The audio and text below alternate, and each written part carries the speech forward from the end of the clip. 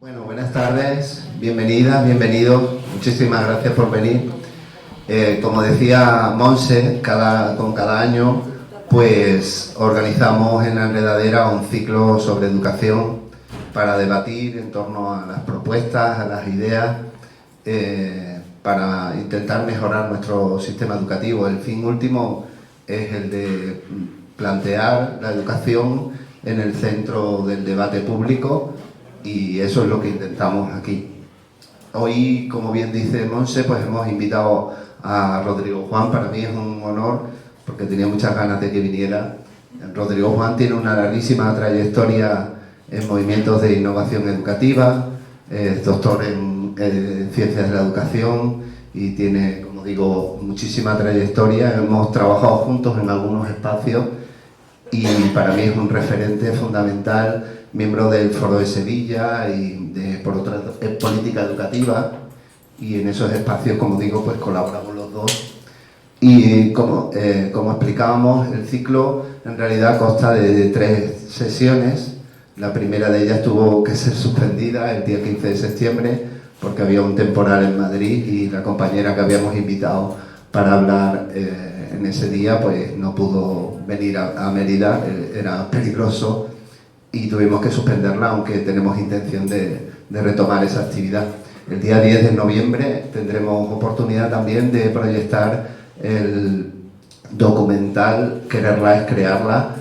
Hablaremos entonces de educación inclusiva, con un proyecto que a mí me parece de los más importantes en el ámbito educativo, liderado por Nacho Calderón. Ya tuvimos aquí oportunidad también de tener su exposición, reconocer la diversidad, y vamos a tener oportunidad de hablar ese día de inclusión educativa. En el día de hoy, pues como digo, con Rodrigo Juan vamos a intentar explicar cuáles son las claves para tratar de identificar la escuela pública que queremos.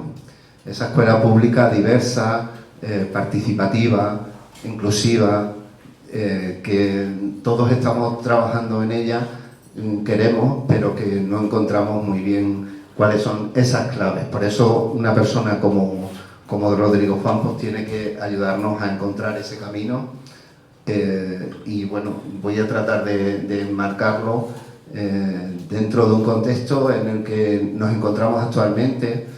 Por eso también esa primera sesión intentaba ahondar un poco en las claves de la política neoliberal que está afectando a la educación, y por eso habíamos invitado a Isabel Galvín para hablarnos de lo que está pasando en Madrid.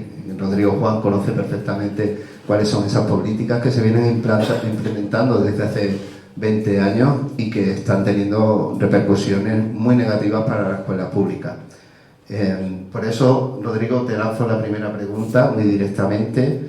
En el marco político actual, político y cultural de las nuevas derechas internacionales y en nuestro país, ¿cuáles serían las principales líneas de pensamiento y de acción que condicionan y amenazan el estatus actual de nuestra escuela pública?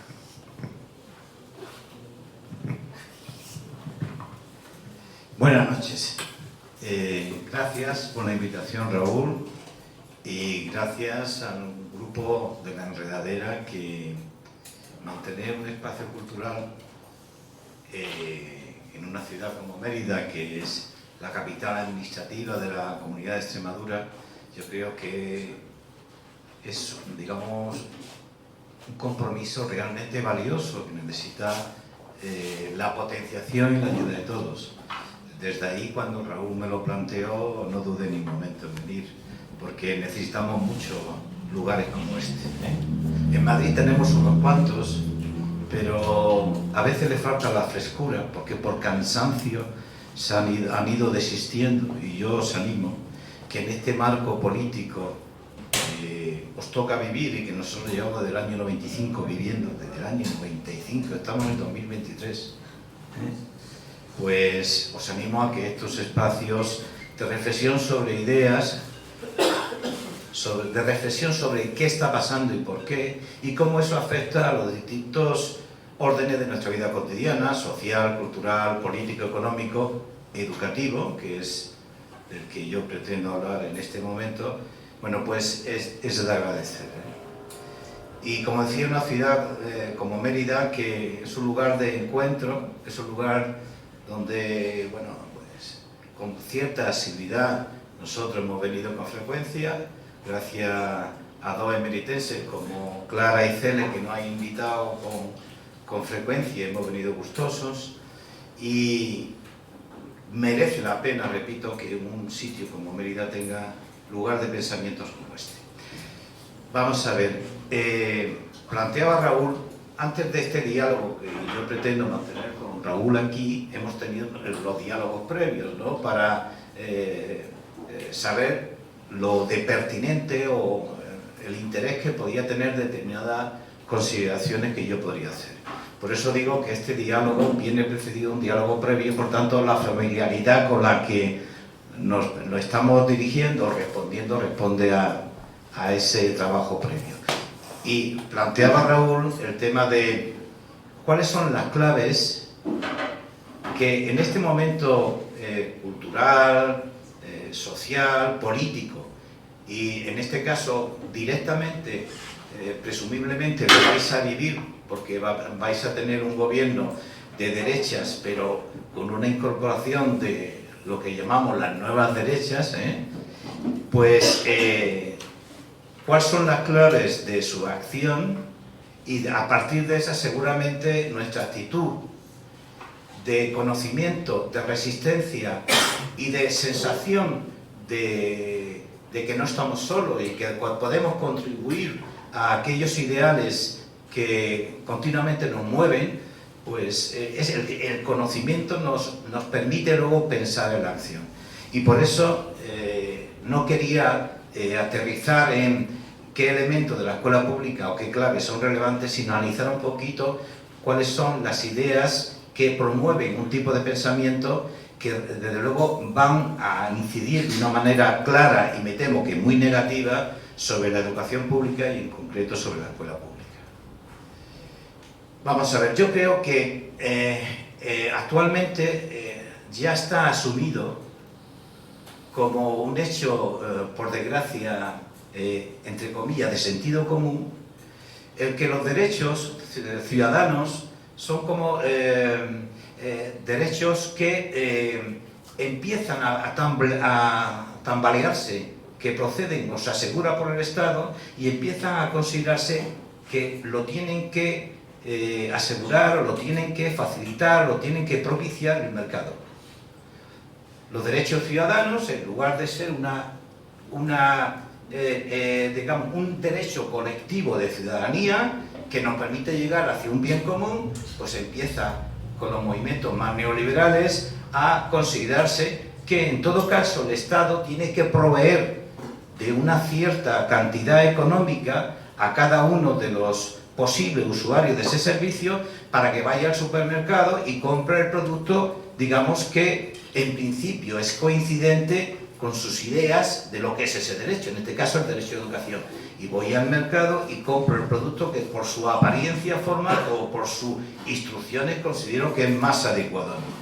O sea, esto es una tendencia, digamos, bastante asentada, aunque seguramente muchos de los que estamos aquí no consideremos que es la tendencia, ni mucho menos que tiene que apoyarse, pero que es una tendencia que tiene un impacto ya tremendo, Yo lo que pretendo precisamente poner de manifiesto es que hemos superado, estamos ya en otra fase todavía más preocupante que esta. Y digo que esto es una tendencia con dos evidencias. Una es la progresiva privatización que está habiendo de los recursos públicos, de los derechos de todos, ¿no?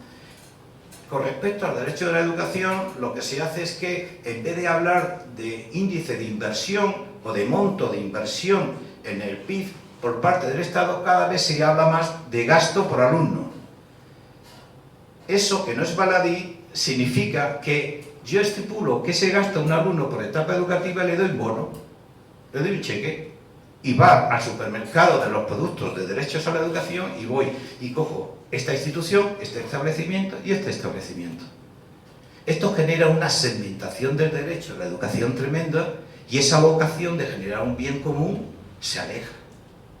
porque cada uno, en virtud de determinada referencia o de la brillantez de presentación del formato, yo voy escogiendo ese producto que considero que satisface mi expectativa o me han dicho que ese producto es mejor.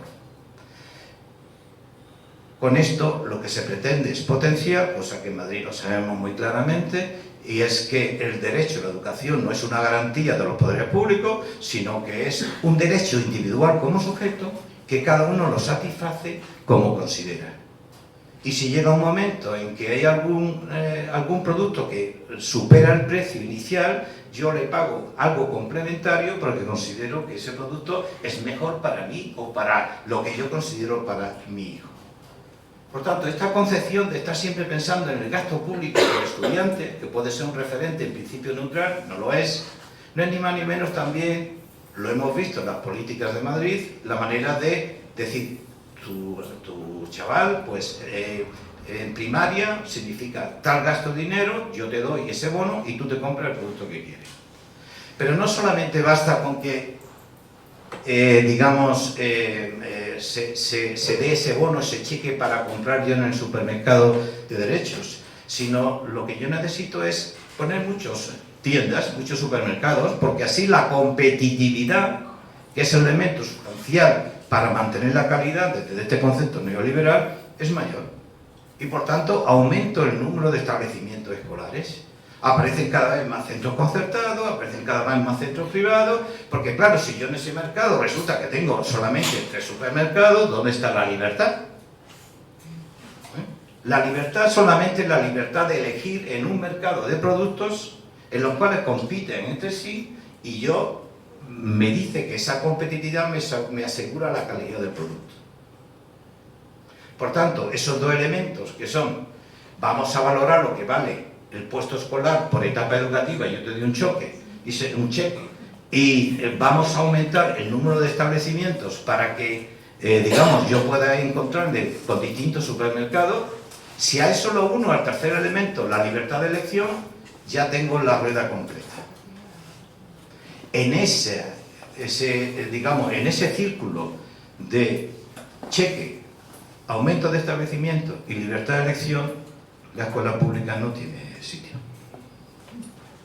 Esa garantía del Estado es algo con el que se recela, porque no entra en un ámbito de competitividad, es más, se le considera un lastre. Si es que no nos deja ser libres. La libertad es la posibilidad de elegir cada sujeto, o en su representación la familia, aquello que le apetece, indistintamente de que consigamos o construyamos una sociedad con algunos bienes comunes que nos hagan engrandecer como sociedad y que como bienes comunes está sometido al debate público, a la vigilancia pública y a la construcción pública. No. Esto es un contrato individual de una persona, un sujeto, una familia, con el establecimiento que le plantea el producto. De ahí es fácil entender que yo a ese establecimiento le diga que tal contenido no, tal materia no, etcétera, etcétera, etcétera. Bien, este discurso neoliberal, fijaros, que a nosotros nos parece, entre comillas, escandaloso, esto ya está sentado. No digamos en algunas comunidades como Madrid. No quiere decir que no tengamos que luchar contra él, pero esto ya es una especie de sentido común. Como decía Rajoy, ¿no? El sentido común, este es el sentido común. Dice, es que eso no va con el sentido común. Pues efectivamente, esto sí es el sentido común, ¿no? Lo que pasa es que van surgiendo una serie de circunstancias en nuestro devenir en los últimos tiempos donde este discurso neoliberal, este discurso de mercado, empieza a entra en algún tipo de crisis. Crisis que va a promover la aparición de estas nuevas derechas. ¿Qué elementos de crisis? Yo señalo 3.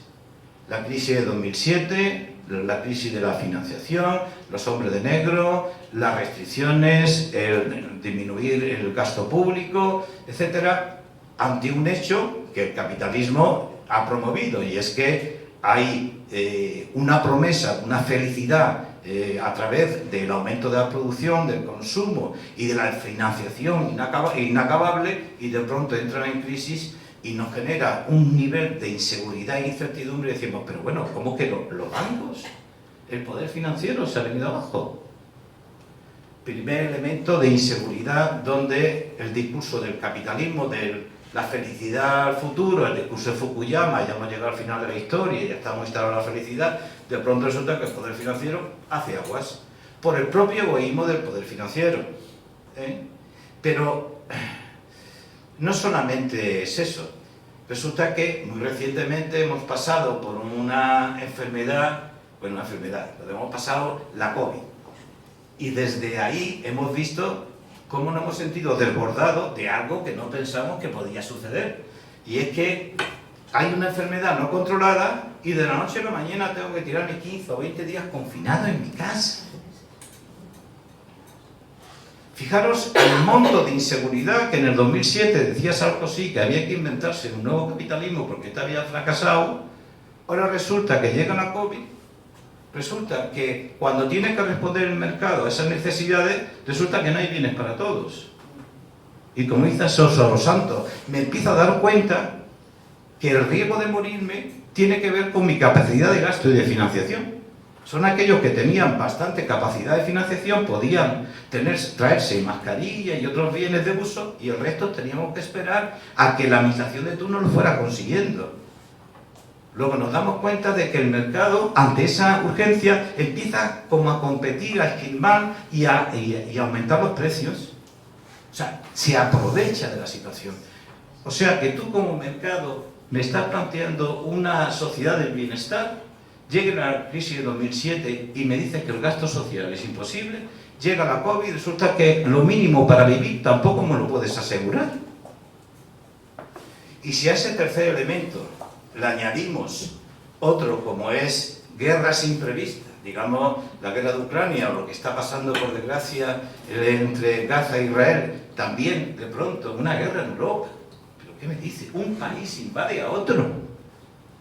Bueno, todo esto genera toda una idea de inseguridad que desde el discurso neoliberal no se sabe muy bien en principio cómo afrontar, porque ese paraíso prometido empieza a hacer aguas. Empieza a hacer aguas, además, porque no podemos estar siempre generando productos de promesa de bienestar, porque la aldea global, este planeta, se le ha acabado la explotación.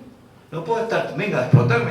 Entonces, si no sigo prometiendo más bienestar y servicios y productos de consumo, ¿dónde voy? Con estas crisis, a su vez, como hemos demostrado, la crisis financiera, la de la COVID, la crisis de las situaciones imprevistas de guerras no pensadas, y ahora resulta que por extensión no seguir esquilmando el planeta. Pero es que incluso hay una crisis interna, porque la propia robotización del sistema crea un grupo de profesionales, una ciudadanía excedente que se le expulsa del mercado y se le dice que sean emprendedores, claro, emprendedores precarios, porque tienen 5 trabajos y 6 y dicen, no, es que eres un emprendedor.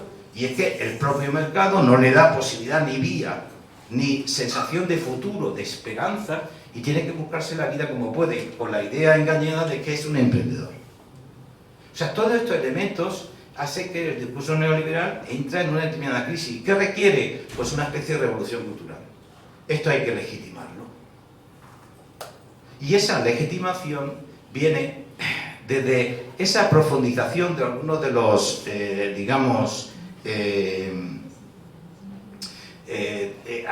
afirmaciones neoliberales, mediante una reacción que surge dentro de ese sector de la población que llamamos sobrante. Porque al mismo tiempo que aparece este sector sobrante, aparece, digamos, el gran capital, al mismo tiempo se blinda, porque se siente inseguro. No tiene la posibilidad de seguir expandiéndose, busca el beneficio, se asegura, y hay un sector al mismo tiempo muy inseguro, porque precisamente no encuentra ese bienestar prometido y forma parte de ese precariado. Claro, todo esto en psicología política nos lleva a lo que se llama un narcisismo claro. Un narcisismo donde no confío en el otro, donde la solución la tengo yo, donde no confío en ningún apoyo o estructura social, sino me habéis engañado. Entonces me repliego, pero cuando me repliego no me reconozco.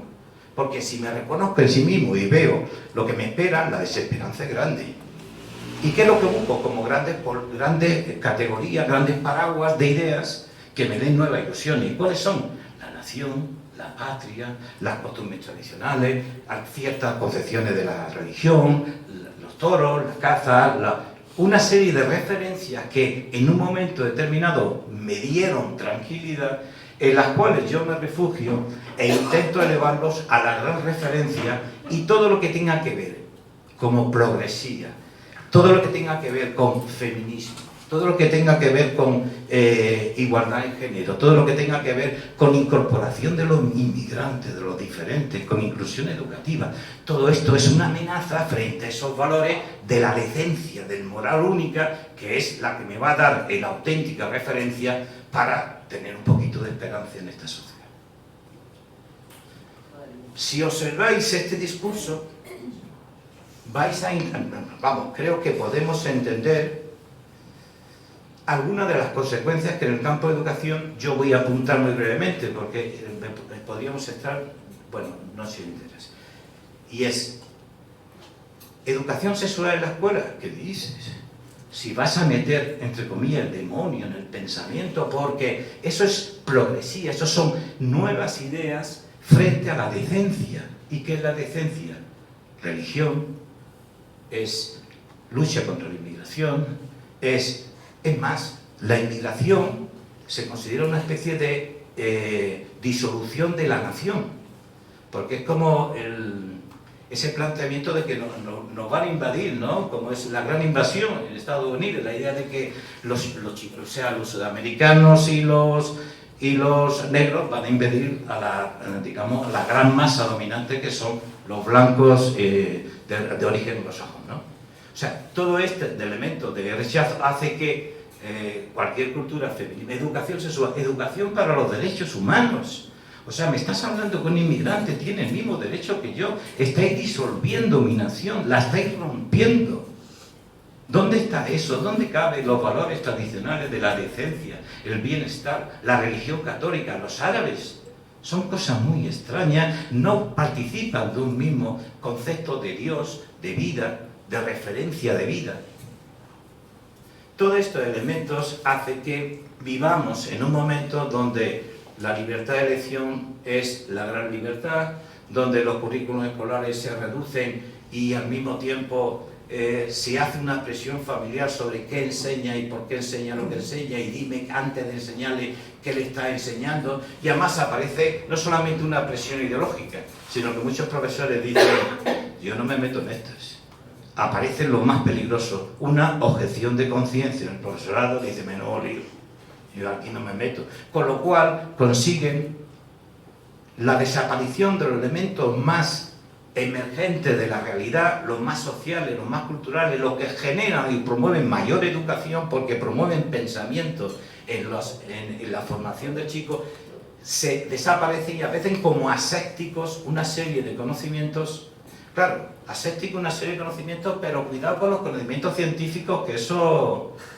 Porque la religión dentro de la escuela y las ideas religiosas de siempre dentro de la escuela, y oye, esto de la vacuna sabemos todos que es un cuento, y el terraplanismo de decir que no, pero habría que verlo. Ese es el discurso que diréis, no, eso no está metido.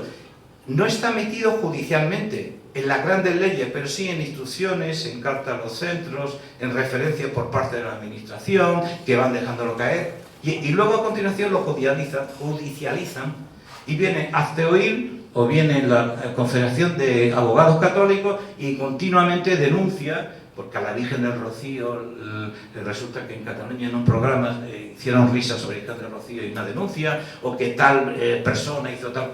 Pero no es porque consigan que esa denuncia vaya adelante, sino que simbólicamente crea una cultura del miedo.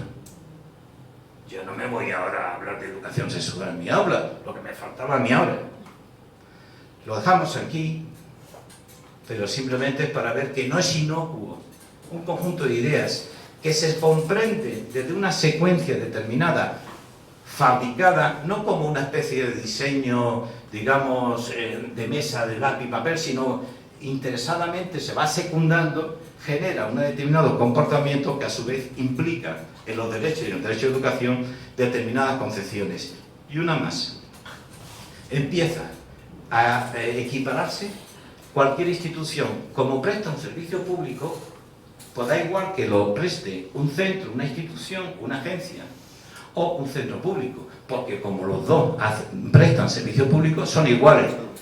Mientras que una escuela pública se debe a un derecho administrativo determinado, con un control determinado público y con una exigencia pública de rendimiento o al menos de participación, la lógica empresarial o el derecho empresarial lo que permite dar cuenta a los usuarios de tu escuela, pero su implicación con el público le trae al frente, aunque aparentemente diga que es un servicio público el que presta. Pero el derecho administrativo de un centro público no es el derecho mercantil de un centro privado. Pero como los dos prestamos servicios públicos, somos iguales. Menuda patraña. Bien, todo esto viene de esta secuencia de ideas que yo he ido planteando. No es una animadversión que yo voy a ver cómo, en fin, le planteo la zancadilla, sino que es una secuencia con una lógica determinada donde comprendamos que muchos modos de pensar tienen una construcción en la que hemos participado en mayor o menor grado todos, pero en el que algún sector considera que es esa herramienta o ese árbol que la cascada de agua los agarra uno y lo defiende contra cualquier viento o marea. Perdonad porque me he extendido. Bueno, ya entendéis un poco por qué hemos invitado a Rodrigo. Antes he intentado no extenderme mucho en la presentación de Rodrigo porque, como digo, tiene una larguísima trayectoria. Uno de los resultados de esa trayectoria es la publicación que hace quincenal en el diario El País, en el blog Escuelas en Red, y que, bueno, que algunos seguimos con muchísimo interés, en el que también ha colaborado nuestro amigo Ramón Besonía, que está aquí esta tarde. Y en ese blog, evidentemente, analiza muchos de los proyectos que se están viendo en la escuela pública. Con tu experiencia, ¿cuáles crees que serían entonces las bases en las que sustentar una educación pública reforzada, teniendo en cuenta ese contexto en el que estamos ahora mismo y que bien has explicado? Bueno, antes con nuestro común amigo Ramón Besonía discutía yo la necesidad de que la escuela pública, o aquellos que consideramos que la escuela pública es ese reducto de garantía del Estado y del poder público de un derecho, necesitaba, digamos, el apoyo, el afianzarse en este debate para que los que realmente consideramos que esa es la respuesta, pues tengamos las ideas claras de en qué debe consistir esa respuesta, qué es la escuela pública, cuáles son sus pilares, a qué no debemos renunciar, para que cuando este ciclo que Ramón hablaba, siguiendo a Bichulá, de que efectivamente falta toda una generación para que haya esa posibilidad de cambio, es verdad, pero ¿cuáles serían esas claves para que en este tiempo de resistencia no renunciemos, no por el hecho tan solo desde el punto de vista docente o ciudadano, sino porque si renunciamos va a ser muy difícil volver a rescatarlos, ¿no? Entonces, yo voy a comentar algunas de esas bases para que incluso mi idea sería que después de este periodo sigamos la escuela pública siendo un cierto referente, para que después de esta fase, de este periodo, en otro periodo sigamos existiendo la escuela pública y además con un cierto prestigio para que continúe, porque si después de este vendaval queda tan poco, pues que es que ya no va a haber en qué fijarse, ¿eh? De ahí la importancia de ir señalando algunos elementos que yo considero clave de esa escuela pública. Y no quisiera caer, porque yo creo que es un reduccionismo que no nos conduce a nada, en señalar algún aspecto como que las clases sean democráticas, como que el profesor sea un guía, sino algunos elementos que formen una especie de, dado que estamos viviendo realidades complejas, o sea, conforman una especie de un ecosistema abierto, pero un ecosistema basado en una serie de referencias con una cierta estabilidad. Esas referencias son una determinada finalidad, un determinado modo de acceder a las escuelas públicas, un determinado de entender cuáles son las enseñanzas que una escuela pública no puede renunciar. Otra manera sería cómo yo promuevo esa enseñanza en una escuela pública que tiene que ser singular. Otro tendría que ser cómo nos organizamos como centro, de modo que creamos un modo de vida deseable, qué tipo de relaciones tendría que mantenerse, cuáles serían las políticas públicas que tendríamos que reclamar, pedir, reivindicar, y cuál sería la exigencia que tendríamos que hacerle a las administraciones educativas para que fuese coherente con lo que es la finalidad de una escuela pública. 7 u 8 bases que podríamos discutir, pueden ser 15, 18, 3, 4, bueno, 3, 4 no, quizás mucho más de las que yo digo, pero con esa concepción de que son elementos que conforman, digamos, una realidad lo suficientemente enredada para que nos aseguren que la salida puede ser un poquito airosa si nos mantenemos ahí. No basta con una metodología participativa pero con una organización muy autoritaria, no basta una organización muy democrática pero con un currículum muy segmentado, no basta... O sea, hay toda una serie de elementos que tienen que ir más o menos acompasados. Y yo voy a dar una nota de cada elemento, porque lo mismo, esto podría ser larguísimo. Finalidad. Yo quiero que desearía una escuela centrada en la mayor, cuya proyección sea la mejora, la humanización al extremo del desarrollo de cada persona, en su aspecto más de mejor ciudadano y mejor persona. Estoy hablando de un desarrollo ético, estoy hablando de que sea una buena persona. Estoy pensando en una persona que formada, el otro es importante para él.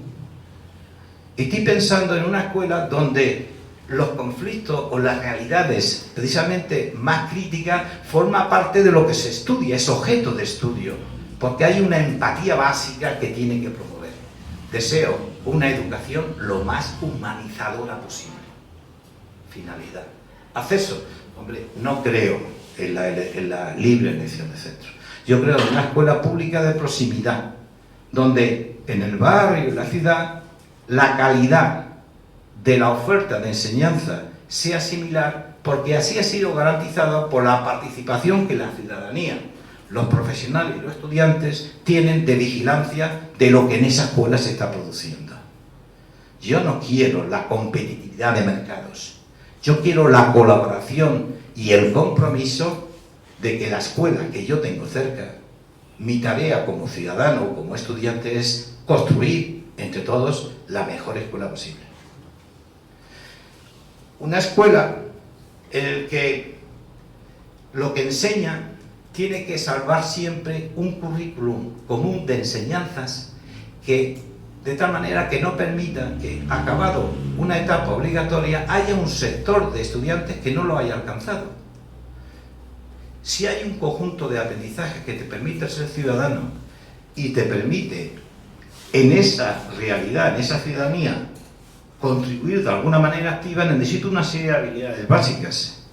Si la escuela, ya casi desde los 0 años hasta los 16 o hasta los 18, no asegura ese conjunto de habilidades, aprendizajes, capacidades, competencias básicas que haga que ese estudiante, pasado una etapa más adulta, no las tenga para poder manejarse en esa... Es como si dijéramos el salario en mínimo interprofesional, un salario cultural mínimo, es como si dijéramos una salud pública básica.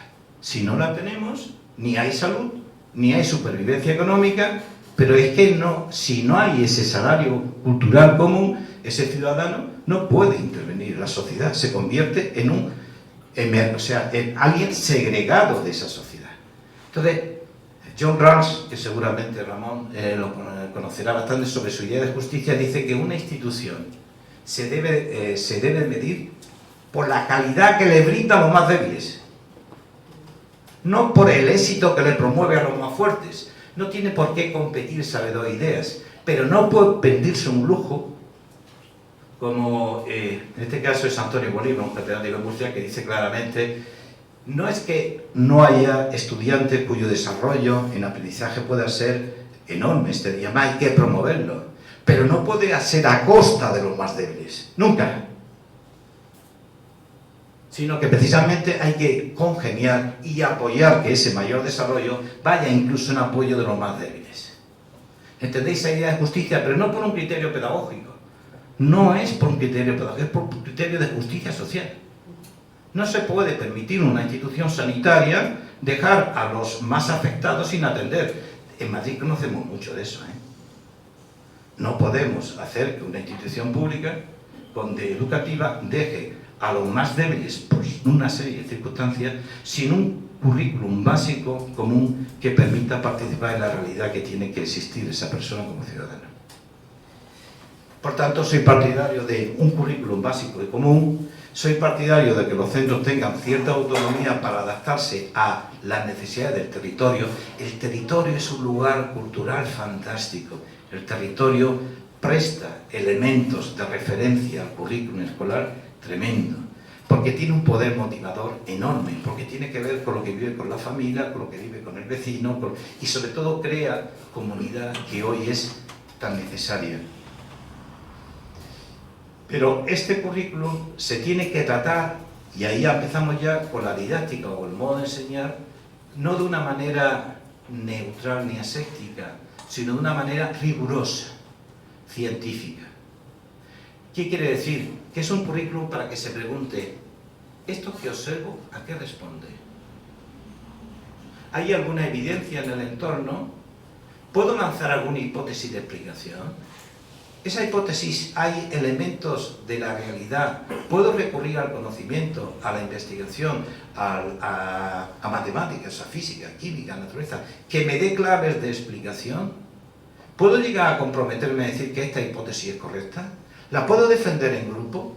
¿Puedo argumentar y exponer esa evidencia gracias a mi estudio de matemática, física y química sobre ese contenido y objeto de estudio?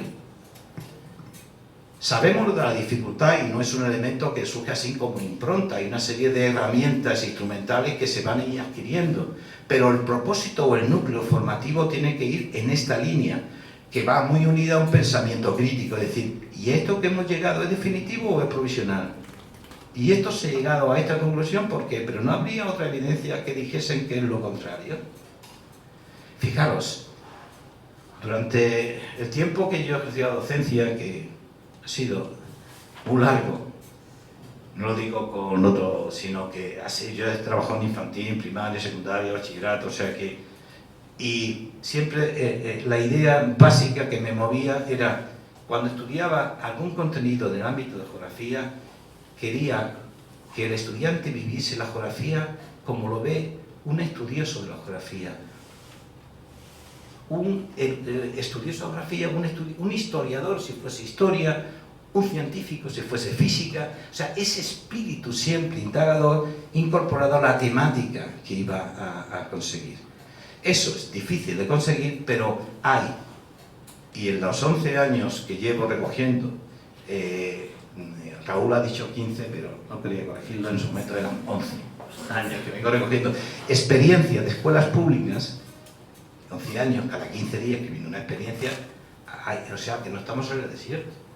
Llevo 11 años escribiendo cada 15 días una experiencia de escuela pública donde estas claves, no todas, pero algunas o varias, tienen un claro reflejo. Luego, es posible.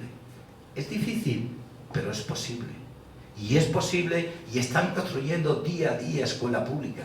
Y no son gente, digamos, pobrecitos, el esfuerzo. Sí, tienen un trabajo, requiere una cierta energía, pero va acompañado de una emoción determinada con la convicción de que están acertando. No solamente están profesionalmente trabajando bien, sino que al mismo tiempo saben que están contribuyendo a una respuesta, a un derecho garantizado por una entidad que promueve un bien común, que son los poderes públicos. Bien, currículum, didáctica, las relaciones tienen que basarse en la empatía.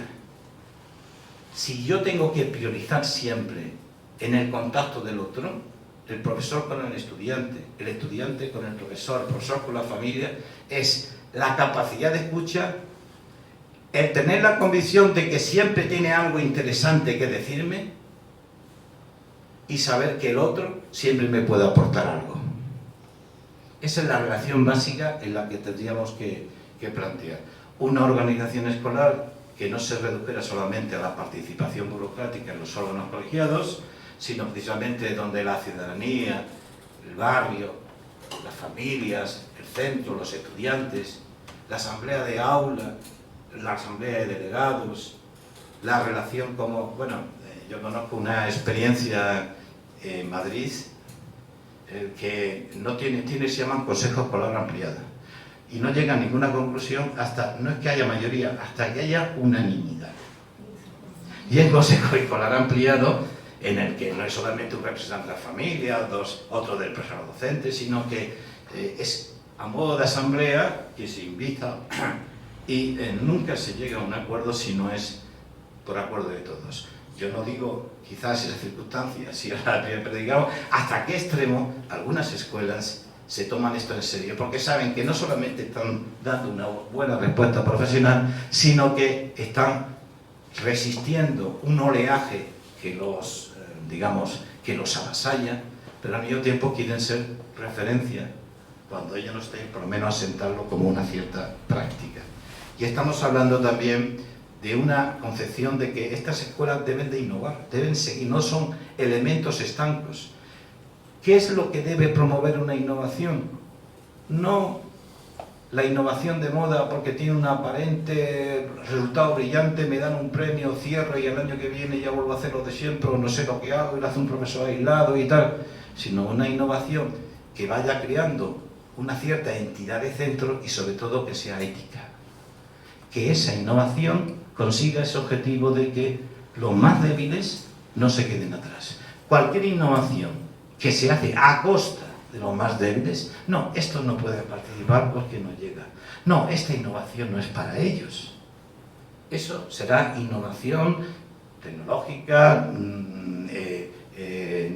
digamos, instrumental, metodológica, pero educativa, no. Políticas educativas. Aquellas políticas educativas donde se cree lo que no se defiende, que la inclusión es el gran referente. Política basada en la justicia. Política donde, digamos, hay un rendimiento de cuentas, pero no es un rendimiento de cuentas reduccionista, basado solamente en lo que es medible en un currículum, sino en unas políticas de acompañamiento, de reconocimiento, de apoyo y de exigencia, pero no unas políticas burocráticas basadas en los estándares que marquen y se califiquen a través de determinados indicadores, que, como tienen que ser medidos, son forzosamente reduccionistas de lo que es la realidad de la escuela. Y por último, unas administraciones educativas cuya función no sea meramente burocrática, de recoger estadillos, sino que se sometan, igual que la escuela, los docentes y los estudiantes, a los mismos procesos evaluativos. Y por tanto, tengan que dar cuenta de lo que hacen y por qué hacen lo que hacen. Bueno, perdonad, me he vuelto a hacer lo siento. Gracias, Rodrigo. En esos 11 años, yo es que te quiero mucho y entonces pretendo alargar tu historial, pero ya es suficiente. Has conocido muchas experiencias de escuelas públicas que están desarrollando este modelo, aterrizando todo esto que nos estás contando. ¿Qué aspectos crees que han fortalecido precisamente la escuela pública con esos proyectos? Habíamos invitado esta noche porque yo lo que quería era que todo lo que os estamos contando, aterrizarlo en la experiencia real y cotidiana que hay en muchos centros de Extremadura. Rodrigo me mandó una extensísima lista de todos esos proyectos que se han ido publicando y que yo creo que es un buen referente. Queríamos tomar como referencia algunos de los últimos que ha publicado. No está por aquí José Pedro, que venía esta tarde, el director del IES Vía Dalmacia de Torrejoncillo, que era uno de esos proyectos que queríamos poner en valor. Cuéntanos, ¿cuáles son esas experiencias de escuelas públicas que están desarrollando ese modelo de escuela pública sólida, comprometida y que han fortalecido con su práctica, ¿no? Y cuéntanos un poquito cómo era el proyecto del IES Vía Dalmacia, ya que José Pedro no ha podido venir. Sin extenderte mucho, por favor. Eso sí es posible. No obstante, es una pena que José Pedro es una referencia clara en su localidad. Me acuerdo del alcalde que cuando hablaba de la experiencia de Torrejoncillo le decía: los estudiantes pasean por los pasillos y ven cuadros de Dalí, de Picasso, de Miró, pero forma parte de su cultura, digamos, habitual. Pero es que al mismo tiempo están haciendo grande nuestro pueblo de Torrejoncillo. ¿Veis la idea de esa mistura cómplice y de cómo la escuela pública sí es capaz de entrar en las mentalidades de la ciudadanía y una representación, como en este caso el alcalde dirá, hombre, seguramente es simpatizante de... Bueno, pero coquetea con el poder público y en este momento tiene, y digamos, en un medio como El País y tal, va y hace esta declaración, ¿no? El IES Torrejoncillo se le ocurrió que, sabéis que en las escuelas, pues las paredes, en los institutos, se decoran, ¿no? Se ponen algunas imágenes, algunos son fantásticos, otras paredes que conozco, que tendría que dedicar un tiempo a esto, porque los centros escolares son centros de acogida. Si no tiene un aspecto estético decente, parece que en mi casa no me siento yo muy a gusto. Y esa es en gran manera es un reflejo de lo que es la sociedad que yo quiero vivir en un futuro. Por tanto, el que decore las paredes, pero en este caso las decora a partir de los trabajos que hacen en dibujo, en expresión plástica, etc. Y le dan un valor, de modo que cada año cogen un pintor, en este caso era Van Gogh, y sobre esa monografía lo que hace es que replican cuadros de Van Gogh, pero replican cuadros de Van Gogh, ven el momento cultural del siglo XIX, del segundo mitad del siglo XIX, ve la soledad de Van Gogh, la angustia, la falta de empatía que surgía en una determinada sociedad, ven una determinada cultura, modo de concebir, cómo eso expresa realmente el arte, y lo convierte en una exposición a las que invitan al pueblo. Y el pueblo, guardando fila, va a ver los cuadros de Van Gogh, las réplicas que hacen con una exigencia a través del sistema de cuadrícula, de reproducción del cuadro tremenda, y empieza el pueblo a sentirse orgulloso del instituto, porque es que el instituto tiene un museo, que son las réplicas de los estudiantes de los cuadros, en este caso de este pintor que era Van Gogh. Que repito, luego los padres entran también por talleres dentro, porque hacen una visita, y los estudiantes, uno simula el papel de Van Gogh, otro el del cartero, otro, que son personajes dentro de la obra de Van Gogh, y entonces del hermano de Van Gogh, etcétera, etcétera, y van llevándoles por todos los ellos disfrazados de estos personajes. Los padres pasan por un taller, hacen la técnica del puntilleo y unas cuantas técnicas más, y hay una complicidad que se crea y que consigue cuando José Pedro luego le pide la participación o invita a la participación de los padres. Es que están encantados de estar en ese instituto que es suyo y han encontrado elementos de referencia cultural, porque en Torrejoncillo tienen un museo de Van Gogh. Esto curricularmente es fantástico y al mismo tiempo, digamos que genera una complicidad entre pueblo, ciudadanía, familia e instituto, que es uno de los grandes logros o una de las grandes pretensiones, en la medida que hay mayor complicidad entre el pueblo, el barrio, la escuela, la institución, como ha pasado alguna vez en Madrid, más difícil es privatizar eso de escuelas. Porque es que mi propio barrio se siente orgulloso de la escuela que tiene, del instituto que tiene. Es difícil empezar ahí a ofrecer un mercado de concentración o de privatización. Siempre existe la tentación porque la cultura superior nos invade, pero ahí estamos creando un freno claro y una clara complicidad entre lo que es el instituto. No solamente le da sentido al aprendizaje de los chicos, sino que le da sentido a la decisión de los padres de hacer que su hijo vaya a una escuela pública. Bueno, eso es Torrejoncillo, pero yo tenía aquí apuntado que yo he recogido en este año experiencias de Torrejoncillo, he cogido experiencias de el Instituto Público Sierra de la Mesta. Sí, Sierra de la Mesta, y también del, vamos a ver, del Colegio Público de Educación Infantil Alba de Plata de Cáceres, del Instituto Público Alcáceres de Cáceres, del Colegio Miralvalle de Plasencia, del IES Abalá de Navajoral de la Mata, del Colegio Público Virgen de la Vega, del Colegio Público Nuestra Señora de Fuente Santa, del Instituto Público de Educación Secundaria Gabriel García Márquez de Tieta de Cáceres, del Cristo del Rosario de Zafra. O sea que en Extremadura se apoya, se apuesta, pero necesita el apoyo de muchos más. ¿Entendido? No porque en otros sitios exista mucho más, sino porque todos necesitamos el apoyo de muchos más, ¿no? La otra experiencia que está también entre la última que comentabas que hablase un poquito es la del Sierra de la Mesta. Jorge Centeno, que es el director, ya me dijo que efectivamente no podría estar, pero ellos tienen un programa que le llaman con unas siglas que a mí me gustan un poco, MAIC. Es que digo, MAIC. Bueno, metodología de aprendizaje activo, interdisciplinar y competencial, vale. Pero ¿qué hay detrás de esto? Pues detrás de esto, a ver si consigo... Mirando al mundo con curiosidad. Sí, sí, sí. ¿En qué localidad? En Santa Amalia. Santa Amalia, en Badajoz. Y en Sierra de la Mesta. Sí, vamos a ver. Sí. De la Mesta.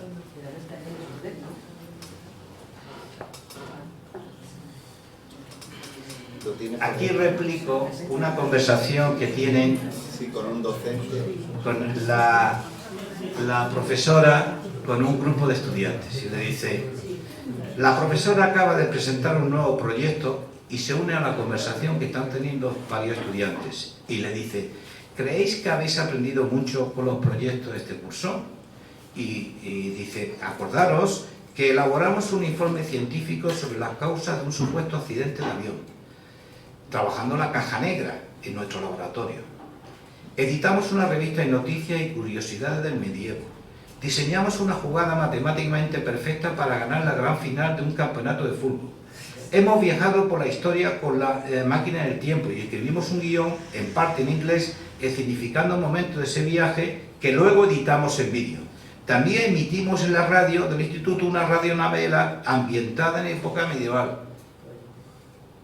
Fijaros cuáles son los núcleos de aprendizaje que hacen objeto de estudio. Fijaros cómo es una concreción de esa secuencia cuestionada de la realidad, de búsqueda de evidencia, de búsqueda de información y de la obtención de un resultado que pueda ser comunicable, que pueda ser debatido, que pueda ser algo que pueda, no es que marque la solución, sino una salida al problema planteado. Lo de la jugada perfecta, yo me quedé sorprendido porque lo que pretendía era diseñar una jugada que con 3 toques de balón entrara la pelota. Y entonces, fijaros el juego de matemáticas y física que hicieron. Bueno, pues resulta que primero proyectan un vídeo en el que se ve varios jugadores que se miden la distancia, miden la aceleración, la velocidad, el tiempo y tal, y eso lo convierte como referencia. Lo primero tiene una fase de calentamiento. Aprenden habilidades y saberes instrumentales básicos como conceptos como trayectoria, desplazamiento, posición inicial, incremento de espacio, sistema de referencia, estudio de ejes cartesianos, pero no están aburridos estudiándose eso, porque al final distintos grupos están diseñando esa jugada perfecta, que tienen que demostrar ante el grupo de que lo han logrado como jugada perfecta.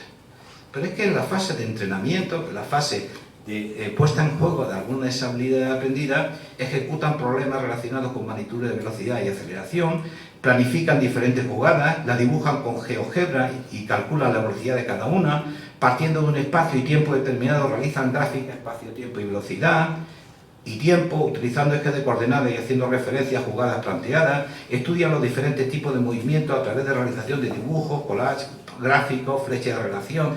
Bueno, y la gran final se van al patio y empiezan a calcular distancia, miran movimiento continuo, estudian la aceleración, hasta un diseño teórico que pretende luego ejecutar para conseguir la jugada perfecta. Pero la jugada perfecta es un proyecto, yo he dicho 8 o 10. ¿Qué hacen? Se juntan dos profesores al principio de materias que consideran que su contenido puede resolver el problema, y durante 2 horas continuadas están los 2 profesores trabajando. El resto del horario tienen, un currículum más cercano al habitual, pero buscan estos elementos de prolongación de espacios y de proyectos y de cooperación entre varios profesores para la solución del problema.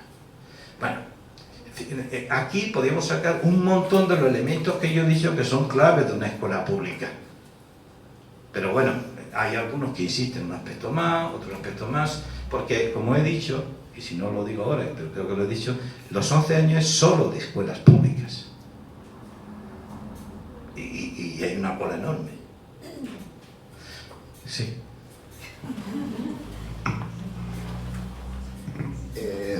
Uno de los últimos artículos que publicaba, dabas a conocer un proyecto en un pueblo también pequeñito de Málaga, en Almachar, en el que la acción educativa se articulaba en torno precisamente a las relaciones cotidianas y a comportamientos más institucionales, en el que primaba la inclusión educativa y la participación.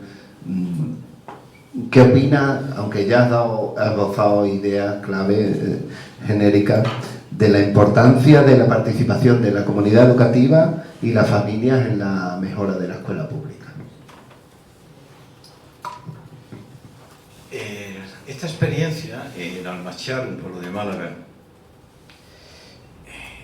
digamos que es casi una experiencia de libro de lo que es, bajo mi punto de vista, un buen proceso de innovación, o sea, de mejora de esa institución. Primero, un conjunto de profesores que apoyan la inclusión educativa se da cuenta que en el lenguaje habitual de los chicos pues aparecen las clásicas actitudes despectivas al chaval que tiene cualquier dificultad, al chaval que se muestra más torpe, y se han dado cuenta que aunque promuevan esa inclusión en el discurso habitual de los chicos, esa inclusión no termina y van a jugar al fútbol y los chicos no juegan y tal. Y dicen, no lo estamos haciendo muy bien. Pero es que incluso los padres, cuando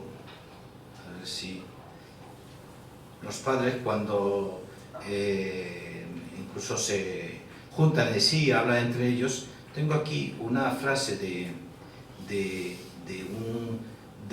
una madre que dice con dolor, o manifiesta con dolor, cómo se siente ella siente tratada a su hijo. Dice, somos hijos, somos familia de acogida. Y dice, porque lo dice públicamente, yo voy a leer algunas de las frases que mi niño y yo hemos tenido que escuchar. Es una familia de acogida que tiene uno de los niños de acogida con una serie de circunstancias. Y le dice al resto de ciudadanos, esa madre, reviste a las familias, pues solo me vais a decir si esto es inclusión o exclusión. Una madre en la puerta de un colegio dice, qué lástima el niño que tiene Mónica, es tonto. Un niño a otro, lógicamente el pensamiento no era suyo, era de un adulto. Tú, que vienes de acogido, seguro que tienes piojos. Esto que parece, esto es de niños. Esto manifiesta toda una cultura en la que dice que la inclusión se queda en formatos de enseñanza, de aulas, pero que no cunde la cultura. ¿Y qué es lo que hacen? Después de debatir cómo hacer, consideran que solos no son suficientes. Requieren el apoyo de otros profesionales que hayan reflexionado sobre ese hecho y que le ayuden a pensar. Se ponen en contacto con la Universidad de Málaga y encuentran un grupo de profesionales, precisamente los que están detrás del documental que vais a creerla, que saben el interés y su experiencia en trabajar inclusión, y le dice, ¿por qué no nos ayudáis a pensar juntos? Y un grupo de profesionales y de profesores de la Universidad de Málaga se van a pensar juntos. pero no solo con el claustro, sino con una carpa en la que está prácticamente todo el pueblo, que es un pueblo pequeñito, todo el pueblo, con las concejalas, con los estudiantes y con los profesores.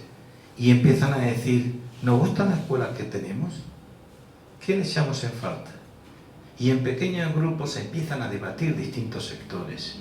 Van avanzando, consiguiendo algunas conclusiones, que lo trasladan a un grupo de reflexión intersectorial, profesores, familia y tal, y empiezan a pensar qué medidas en el ámbito familiar, en el ámbito escolar, entre los compañeros, podría ponerse en marcha para hacerla. Pero es que una vez que lo hacen, vuelven a coger la carpa, donde está todo el barrio, y empiezan a decir, hemos pensado que podría ir por aquí, que podríamos hacer esta medida, que podíamos intentar crear momentos de convivencia, o podíamos trabajar de esta manera en el aula, etc. Y entonces empiezan a validar todos esas medidas como correctas. Y hay un debate tremendo, el de esta señora escogida de esa asamblea, en la que dice, ¿qué pensáis? Porque algunos padres decían, pero no es para tanto, si eso es lo que dicen los niños. Entonces va la madre y le dice públicamente con el micro al resto, ¿qué pensáis? Que algunos como padres y algunos de nuestros hijos no están sintiendo esos pequeños detalles, pero que no hacen mucho daño. Y vosotros decís que estáis haciendo inclusión. Que lo que hace que aquí el progreso del pueblo sobre el significado de algo como es la escucha respecto al otro trasciende los muros de la escuela, y la escuela pública se convierte no solamente en educadora de un grupo de estudiantes, sino en la creación de un estado de opinión que busca la justicia y busca una ciudadanía que quiere proteger un bien común y tiene un horizonte compartido. Fijaros cómo trasciende entre la labor de una escuela. Es verdad que es un pueblo pequeñito, pero también se puede hacer en algunos barrios, también se puede buscar algunos otros enganches con la ciudadanía, precisamente buscando la participación. Hay un autor que no es digamos que no es que me satisfaga demasiado, pero una cosa que creo que en su día lo planteó bien, que César Coll, que decía, la escuela no tiene monopolio de la enseñanza. La escuela es un centro cultural con una sistematización de los conocimientos, sin las cuales seguramente esa escuela, esa ciudadanía, esa formación de los jóvenes va a estar debilitada. Pero es que la escuela no tiene que hacerlo todo, tiene que crear una red con el centro cívico, con el centro municipal, con el centro deportivo, con el club de jóvenes, de modo que a lo mejor es el club de jóvenes o el centro deportivo quien tiene que liderar la acción deportiva con los chicos, una determinada visión, que la enriquece, que la hace que forma parte de una red con la escuela, con el centro municipal, con el centro cultural, con el... Pero es que a lo mejor para una determinada, para trabajar la expresión plástica, que a lo mejor la escuela no es el gran referente, a lo mejor tiene un centro de exposiciones en el lugar donde precisamente se convierte en un centro cultural, casi como GSEU, que no es un museo estático, que es un museo de referencia, genera una complicidad que se están dando, y en Cataluña hay bastantes ejemplos, que se están dando donde todos los lugares son lugares de formación, pero claro, están enredados. Yo he tenido una experiencia de varios años en un pueblo de Getafe, en Perales del Río, donde estaba el cura de la iglesia, el guardia civil, el policía, estaba el centro de jóvenes, el centro cultural, el centro municipal, y pactábamos cuáles serían los grandes comportamientos que como ciudadanía queríamos promover, porque nos encontramos que la juventud lo quería irse de Perales para ir al centro comercial de Getafe, y estaban deseando que llegasen los fines de semana para irse todo al centro comercial. ¿Y cómo ofrecemos aquí en Perales una realidad de modo que el deseo no sea irse de Perales, sino al centro comercial? Eso lo hicimos entre todo ese debate de red enredada, porque entendíamos que el monopolio de la formación de la ciudadanía no lo tiene la escuela, pero la escuela debe estar en esos núcleos de redes que conforman una educación ciudadana. El año pasado, Rodrigo, el ciclo de educación lo titulábamos igual que este año público, lo hemos titulado La educación que queremos. El año pasado lo titulábamos Escuela o Barbarie. Yo creo que hace unos días escribí un artículo en el que hablaba de la despolítica educativa, ¿no? Yo pienso que la ola conservadora de Extremadura ha llegado hace tiempo, pero es verdad que ahora se ahonda en determinadas líneas, ¿no? Y precisamente esta semana se ha abierto el debate en torno al PIN parental aquí en Extremadura, ¿no? Al principio has hablado precisamente de estos temas, de la inclusión de la educación sexual, la educación ambiental y otros temas contemporáneos en el currículum educativo. ¿Cuál es tu perspectiva sobre la inclusión de estos temas en la educación pública y qué repercusión tiene esto en los centros educativos públicos? Es verdad que antes dije algo al respecto y ahora me voy a dejar llevar por un profesor brasileño, Salomón Barros, que trabaja en un instituto también de derechos humanos y que, en fin, estudia el tema de los derechos, no solamente el derecho a la educación, y que pone de manifiesto cómo el derecho a la educación, los derechos en general, está habiendo un trasvase de lo que llamamos de judicializar los derechos, y todo lo que existe de judicialización frente al feminismo, la igualdad y todo este tipo de planteamientos de progreso, cómo está pasando al ámbito educativo, ¿no? Bien, lo digo por el tema de la educación sexual, ¿no? Entonces, por una parte, considera que el derecho de la educación en el ámbito neoconservador, o sea, que existe una lucha de concepciones de derechos. Hay una lucha del derecho como derecho social colectivo, hay una visión neoliberal en la que se considera que el derecho a la educación es el derecho al aprendizaje. El derecho a la educación es el derecho a ver de cuánto monto de aprendizaje yo consigo para que pueda convertir en el mercado, y el aprendizaje es mío. Yo soy el sujeto y objeto del aprendizaje. No es el derecho a la educación como proyecto general, sino mi derecho individual al aprendizaje. Es una interpretación, para mí, bastante reduccionista y egoísta del derecho a la educación, o incluso otras corrientes gerencialistas, donde solamente, digamos, que se considera el derecho a la educación fundamentalmente en aquellos aspectos que siendo medibles, se sujetan a determinados estándares, ¿no? Por el neogerencial. Luego hay un derecho neoconservador, que es el discurso este de que, hay solo una moral, que es la única, y hay una moral que es la FETEN, que es la moral tradicional de nación, patria, religión y patriarcado, etcétera, etcétera, etcétera, ¿no? Y luego incluso se lucha con otro tipo de derechos que son contracoloniales, que son contrahegemónicos, que son muy interesantes, en el que se dice que incluso el derecho a educación, que nosotros defendemos como gran progresía, es el derecho occidental de visión del mundo de determinada óptica, pero que en determinadas culturas, sudamericanas sobre todo, hay otra concepción de lo que es la protección de la naturaleza, la relación con los demás, la concepción de lo que es el superar o el trascender en esa idea de espíritu que conforma comunidad, si idea de comunidad superior incluso. O sea, y todo existe una lucha de relevancia que ahora lo que estamos viviendo es este espíritu neoconservador. Y este espíritu neoconservador se está implantando dentro de una cultura, como hemos planteado, bajo una técnica que llama este autor la judicialización del derecho como arena, como lugar de pelea, y la judicialización del derecho como símbolo. ¿Qué es la judicialización del derecho como arena? Como decía antes, intentar encontrar regulaciones del grado que pueda para ir descarnando jurídicamente este derecho a educación. Lo podrá decir la LOE todas las veces que quiera, pero ya me encargo yo de ir detrayendo, por exigencia que digo que son burocráticos, ese derecho. Esa judicialización del derecho como pelea, lugar de arena, como lugar donde meto la cuña en la norma para ir desgastando ese derecho.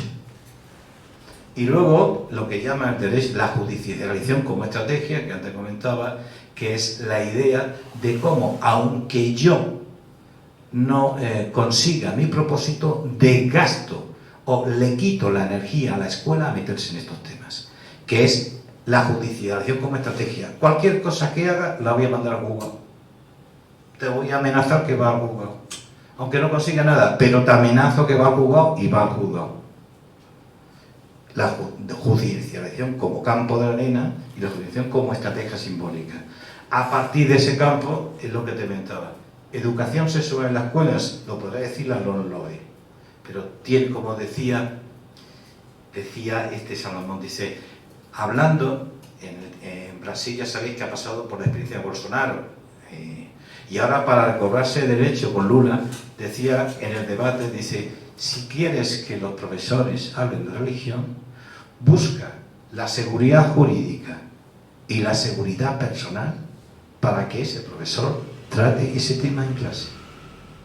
Fijaros hasta qué extremo. No me digas en la norma que la educación sexual forma parte del currículum, la educación de los derechos humanos, la educación de la convivencia. No me lo digas. Genera las condiciones hasta el extremo de que busca la posibilidad de seguridad jurídica y de seguridad personal de ese profesor, porque ese profesor, después de Bolsonaro, no te va a hablar de educación sexual en la escuela. Educación sexual, educación por derechos humanos. Y fijaros, otro elemento, la educación por la convivencia. Y esta es una autora argentina que es curioso, que dice, mirad, la educación para la convivencia se está convirtiendo en educación emocional. No es que tenga nada con educación emocional, sino la educación emocional se está reduciendo a mindfulness, que consiste en que ante la frustración, adáptate. Ante el problema que te absorbe, pues obediencia y confórmate con esa realidad en la cual es un imposible luchar, pero tú acomódate a esa realidad, donde las causas no están en la estructura, no, es que eres tú que no sabes acomodarte a la realidad. Desde ese discurso de la convivencia, yo creo que muchos docentes, nuestra trayectoria es que una escuela con un currículum democrático, una mirada en la justicia y una escucha del otro, genera mayores logros de convivencia que el entrenamiento en que no te frustres, resiste la frustración y busca un elemento personal que te permita dictarte un entorno que, mira, no te pegues con la cabeza en el muro, es como es. Bien, pues creo que te he mostrado un poquito cuál es la idea que hay y la dificultad real, no porque jurídicamente no esté contemplado, pero la dificultad real de que estos temas formen parte de manera real del currículum. Bueno, yo tengo aquí muchísimas más preguntas, pero por no extendernos ya demasiado, sí que quiero hacer referencia a un artículo que se escribió en 2020, justo después de la pandemia, y lo escribiste con el amigo Ramón Besonía, y aprovechando que él está aquí, en ese momento se tituló el artículo "Va a ser que no", va a ser que no, y erais bastante críticos con las administraciones educativas porque, bueno, después de la pandemia había mucho que reconstruir y os planteabais una pregunta. Entonces, Ramón, yo me gustaría que subieras aquí, te sentaras donde yo estoy y nos explicaréis los dos, y luego ya damos paso a las preguntas de la gente que ha venido. ¿Qué condiciones son necesarias para que los estudiantes aprendan con sentido y las maestras, los maestros, enseñen en entornos de inclusión educativa? ¿Y qué responsabilidad deben asumir las administraciones y los recursos de apoyo en el establecimiento de esas condiciones?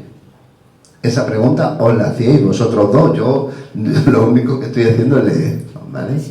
Así es que sí que me gustaría, Ramón, que te sentaras aquí y nos contaréis un poco cuáles son esas condiciones necesarias, y, como digo, luego damos paso a las preguntas del público, ¿vale? Adelante. ¿Qué te preguntas? A mí me encanta dialogar con Ramón, Bueno, pero no extendáis mucho ya que... De todas formas, tengo la sensación de que habéis dejado para el final la pregunta más difícil, ¿no? Lo siento. Sí. No la hacéis vosotros, así que Yo supongo que el COVID, o la COVID, lo que trajo es que trajo un revulsivo, ¿no? ¿no? Es como cuando tomas algo diferente que te hace daño en el estómago y dices, uy, algo ha pasado aquí, ¿eh? Bueno, pues algo ha pasado, que lo que has tomado no te has sentado bien, pero también es que tú no estabas preparado para eso que tomabas, ¿no? Todavía, digamos, causas sistémicas que influyeron en que eso se agravara o se aliviara, ¿no? Y también la circunstancia que hubo una COVID, ¿no? Una cosa circunstancial que de pronto alteró las cosas, ¿no? Pero ya veníamos de serie con una estructura debilitada, ¿no? Entonces, que todo eso nos hizo reflexionar. Y de ahí surgió el diario de campaña que compartimos con Rodrigo y que era no solo una especie como de diálogo interior, pero también un diálogo compartido, ¿no? En el que, ¿qué está pasando aquí, no? Era desde la perplejidad que ya era una perplejidad continuada, porque ya llevábamos muchos años perplejos.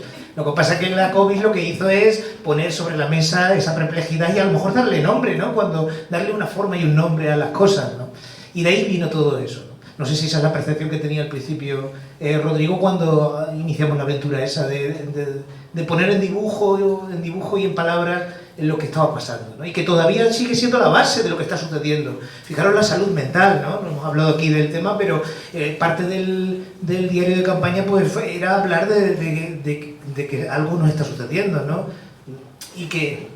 Es que no se oye ese micro. Digo que cuenta el diario de campaña es ni más ni menos la reflexión dibujada de un profesor que está confinado y que tiene que relacionarse en una tarea de enseñanza con sus estudiantes. Entonces, día a día refleja mediante dibujos sus sentimientos, lo que ve en los estudiantes, sus comportamientos, y todo siempre dentro de un deseo. Cuando volvamos a la presencialidad, se va a arreglar casi todo.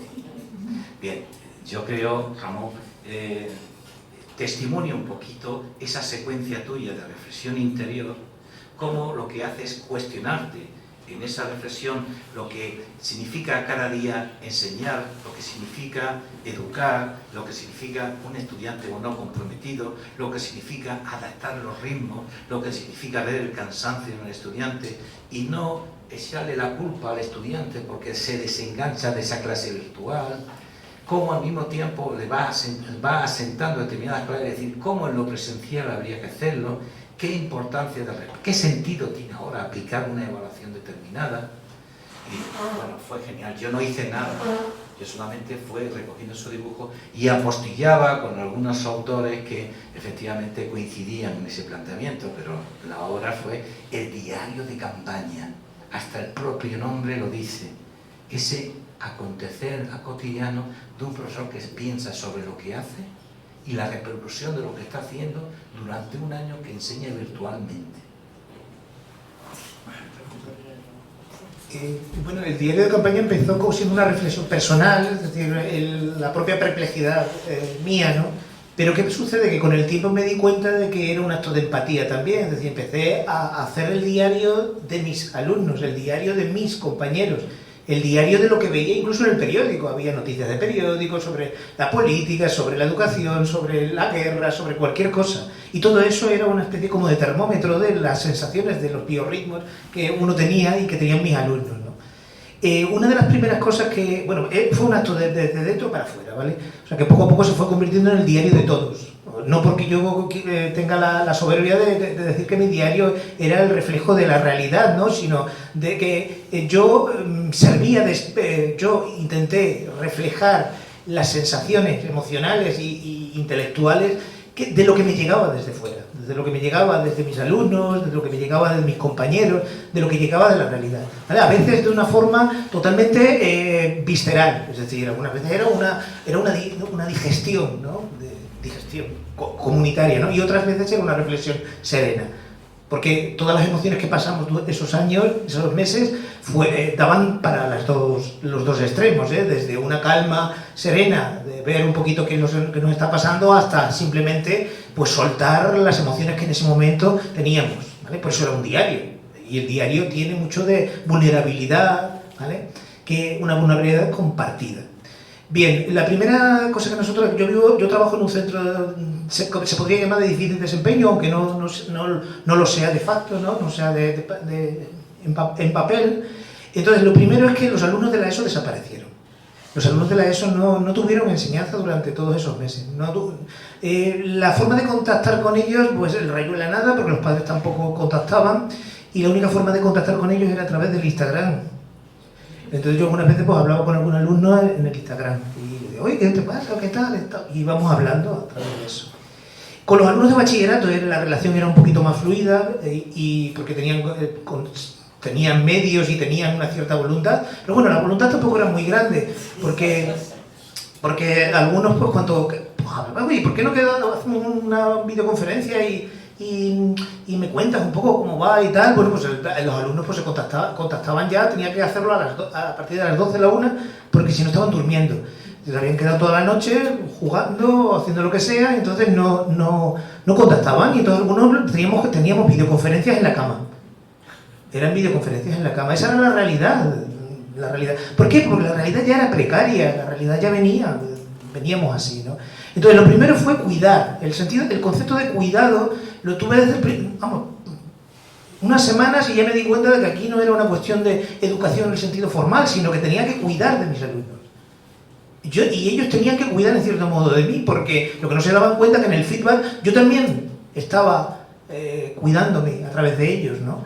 Entonces, el cuidado mutuo. ¿Y eso cómo se podía hacer? Pues olvidando el currículum, evidentemente. El currículum desapareció en el sentido estricto. Entonces lo que hacíamos es una reflexión. Yo, como soy profesor de filosofía, pues la verdad es que me da para mucho, porque podemos hablar de cualquier cosa.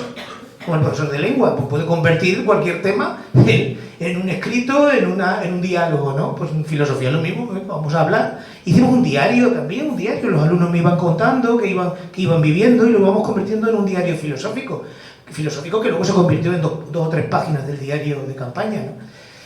Y esa humanización de la enseñanza, ese poner esa relación con los alumnos a flor de piel, me dio una perspectiva que, aunque yo creo que en cierto modo ya la tenía, al poner la prueba, no solo desde un punto de vista intelectual, sino visceral y vital, existencial, lo que vivíamos diariamente en la casa, cada uno, pues eso me hizo volver otra vez al aula con una visión muchísimo más humanista, si queremos llamarla así, en el sentido de que yo veía que iba a ser un objetivo fundamental del proceso educativo el cuidado del alumno, el cuidado de la comunidad educativa, ¿vale? Es decir, que la mejor manera que yo tenía de poder educar a mis alumnos era cuidándonos, cuidándome, cuidándote, ¿sabes? Y que eso era parte de la reflexión filosófica, podía ser parte de la reflexión en lengua, en biología, perfectamente. Ya existía eso, porque nuestro centro es un centro que invita al cuidado, pero también invita al rechazo del cuidado, invita a decir, porque les den a estos muchachos si no quieren aprender. O sea que hay la doble actitud se puede dar perfectamente en el profesorado sin ningún problema. Lo mismo tendrán ganas de cuidarlos de que matarlos, simplemente. Claro, porque es una situación muy deficitaria, donde el alumnado los padres desaparecen, el alumno no quiere hacer nada, la base cultural en la que tú te basas o lo que tú pretendes hacer ha desaparecido. Ellos tienen unas realidades totalmente diferentes a las tuyas, incluso en bachillerato, estoy hablando, pero nuestro bachillerato prácticamente es un Frankenstein, está montado a partir de diferentes realidades deficitarias de alumnos que venían rebotados de muchos centros. Nuestra realidad en nuestro centro es muy peculiar, ¿no? Y respecto a la segunda pregunta que hacías de la administración, quisiera simplemente poner un ejemplo que es actual. Veréis, lo que ha sucedido hace poco en mi centro. Nosotros, el Centro San José de Badajoz ha sido elegido como el centro de presentación del curso escolar 2023-2024. La élite. Bien. Bueno, la élite no. Simplemente que nuestro provincial de Badajoz, Manolo Rico, fue director de nuestro centro, y la consejería quiere este año darle muchísima importancia a la FP dual. Y nuestro centro es verdad que es un referente en la FP, lo es desde hace mucho tiempo. Entonces, unieron a Conve y dijeron, pues el San José. ¿Vale? Bien, vamos a coger a San José como centro de inicio del curso entrante, ¿no? Bien entrante. Claro, llegaron allí pues, todos los consejeros, todos el representante del alcalde, ahora no sé, que yo los cargos cuando son así, cuando son 2 o 3 palabras ya se me olvida qué son, ¿sabes? Si dices alcalde, pues alcalde, pero si dices secretario de no sé qué, no sé cuándo, ya se me ha olvidado. Bueno, vinieron todos encorbatados, bien trajeados, bien no sé qué, vinieron allí, dieron tal, el director nuestro dio su discurso, bien, de maravilla, tal, los alumnos sorprendidos de que la consejera dijera que las clases están aclimatadas, bien, tal, toda la parafernalia que ellos quieren, ¿no? Con las cámaras de televisión, de Canal de Extremadura, estupendo, bien. Claro, todos los profesores pensábamos, la mitad, y también los de FP, hicieron esa reflexión. Bueno, los de FP se hicieron la reflexión de cuándo van a llegar las perras, porque en FP no ha llegado todavía la partida de este año, y estamos sin dinero, ¿vale? Eso es lo primero, eso en FP. Pero ahora, la duda venía que nuestro centro es un centro de difícil desempeño en la ESO. Entonces tiene dos realidades muy diferentes. ¿Os imagináis que la Consejería de Educación hubiera llegado a nuestro centro y hubiera dicho, vamos a defender la inclusión educativa? Y comprendemos que este centro tiene una necesidad y en este barrio hay una necesidad y vamos a currarnos esto, para que este centro no sea un gueto, para que sea cuidado y cuidemos de estos alumnos. Y ese va a ser nuestro compromiso como consejería. ¿Creéis que eso ha sucedido? No. Vamos a defender la FP, que es donde ha llegado el dinero de Europa, y es donde vamos a echar nuestro esfuerzo y demás. Claro, eso plantea una contradicción, ¿no? Una contradicción. Cuidado, y aquí voy a hacer una crítica. Eso hubiera sucedido también con el gobierno socialista. Os lo digo, igual. Porque estamos muy cabreados. De hecho, estamos más cabreados con los socialistas que con los entrantes, porque los entrantes llevan unos meses solos. Entonces, bueno, con los entrantes habrá que darle un poquito de... Aunque no barruntan muy bien, pero que los otros ya llevábamos mucho tiempo, ¿vale? Estábamos hartos, ¿vale?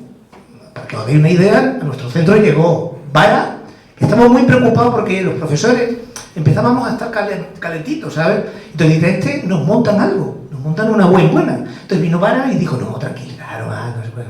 Bueno, pues al año siguiente crearon 2 líneas en los centros de al lado y otras 2 líneas al año siguiente. En nuestro centro, ¿vale? Nuestro centro es un gueto en la ESO. Es un gueto. Literalmente, ¿vale? Literalmente un gueto. Y cuando digo gueto es que la inclusión educativa no son solo recursos, son diversidad de alumnado en un aula. Es decir, que un alumno cuando llega en un aula no sean todos del mismo barrio, de la misma situación económica, social, etc. Porque entonces el profesorado estamos totalmente vendidos. No podemos, ¿vale? No podemos. Hombre, y si fuera todo el profesorado del barrio, entonces hasta casi podríamos hacer un acto de empatía, porque los problemas que tienen los profesores son los mismos que tienen nuestros alumnos. Pero no es así. Tenemos que hacer un esfuerzo de empatía hacia nuestro alumnado. Bien, no es una cuestión de medios, es que no hay diversidad. Y esto empieza a ser una realidad en muchísimos sitios. Y en Madrid supongo que eso es, vamos, alucinante. Porque muchas personas de clase media llegan y dicen, pues esto se está empezando a empantanar, voy a llevar a mis hijos a un centro más o menos donde la gente no se pegue de hostias, ¿sabes? Y donde los niños no huelan a pobre. Y estoy diciendo adrede lo de oler a pobre. Esto, literal y metafórico. Entonces, claro, tuve la suerte de encontrarme con los de Televisión Española de Autonómica y le digo, esta es la mía. Y metí el cazador allí, y bueno, salió algo en televisión, pero bueno, unos segundos, pero bueno, bien, lo suficiente como para que se arrasque un poquito los entrantes, ¿vale? El gobierno entrante. Entonces lo que quiero decir es que, fijaros, en ese acto de presentación del curso, se concentra todo esto que estamos diciendo. La falta de voluntad de la política, que se centra fundamentalmente en los presupuestos, y entonces, como está, donde ya hay las perras es donde concentramos los proyectos institucionales, ¿no? Pero no nos fijamos en los proyectos que realmente necesitan los centros, ¿vale? Y eso, cuando llega un consejero allí, una consejera, a nuestro centro, pues evidentemente se hace palpable y además se hace irónico, ¿no? Irónico que vengan vendiendo una cosa cuando en realidad hay una puerta paralela más oscura, más deficitaria, más vulnerable que la que estás intentando vender, ¿no? Y eso puede ser reflejo de una realidad muy berlanguiana, ¿eh? Podía haberlo adornado un poquito más con estilo berlanguiano, pero es muy, muy real, porque expresa muy bien esa doble realidad institucional y de la escuela real, ¿no? Que se está dando ahora mismo en los centros. Nuestro centro evidentemente se da de una forma mucho más fuerte, porque es un centro que tiene una FP muy fuerte, somos un 85% de FP y un 15% de bachillerato y ESO. Tenemos una sola línea en cada uno de la ESO, y este año tenemos 2 líneas de bachillerato, no sé. Fijaros hasta tal punto estamos intentando, en la línea de lo de la inclusión, estamos intentando que ya empezamos a observar los profesores que la mejor manera de que nuestro centro no sea un gueto es que nuestros alumnos de la ESO se vayan a los centros de alrededor. Porque allí van a poder estar con alumnos que no son iguales que ellos. Fijaros el concepto de inclusión. Inclusión no es que yo estoy bien con la gente de mi barrio. No, inclusión es que yo aprendo del barrio de al lado, aprendo con niños que tienen otra renta, que tienen otra cultura, que acceden a otro tipo de medios. Eso es inclusión. Eso es inclusión. Y yo es una cosa que he aprendido porque llevo 15 o 16 años en mi centro. Pero yo a lo mejor no lo hubiera aprendido. Porque ese vínculo emocional con mi alumnado es el que me ha permitido a mí abrir los ojos y darme cuenta no solo intelectualmente, sino por algo vital, algo verdaderamente de experiencia diaria con ellos, de comprometerme a eso que decía Rawls, de que hay que contar primero que todo concepto de justicia tiene que contar con los más vulnerables, con el que se ha quedado atrás, con el que no tiene, con el que... Pero no eso significa que... No significa a veces que ellos tengan que estar metidos en su propio barrio, sino que a lo mejor hay que salir, ¿vale? No sé, esa es mi experiencia que he tenido y os he contado esta, a lo mejor ha sido terapia, a lo mejor, os he utilizado a vosotros como terapia, que lo hice también en el diario de campaña, una terapia colectiva. Entonces, no sé si eso ha respondido un poquito a todas mis... Me he quedado muy satisfecho, Yo creo que por mi parte sugiere un montón, pero tenemos que dar palabras porque es que si no, no podemos... ¿Ha visto? Hablo más que Rodrigo. Sí. Bueno, Diario de Campaña, un libro que os recomiendo porque además es un recuerdo importante de los últimos años.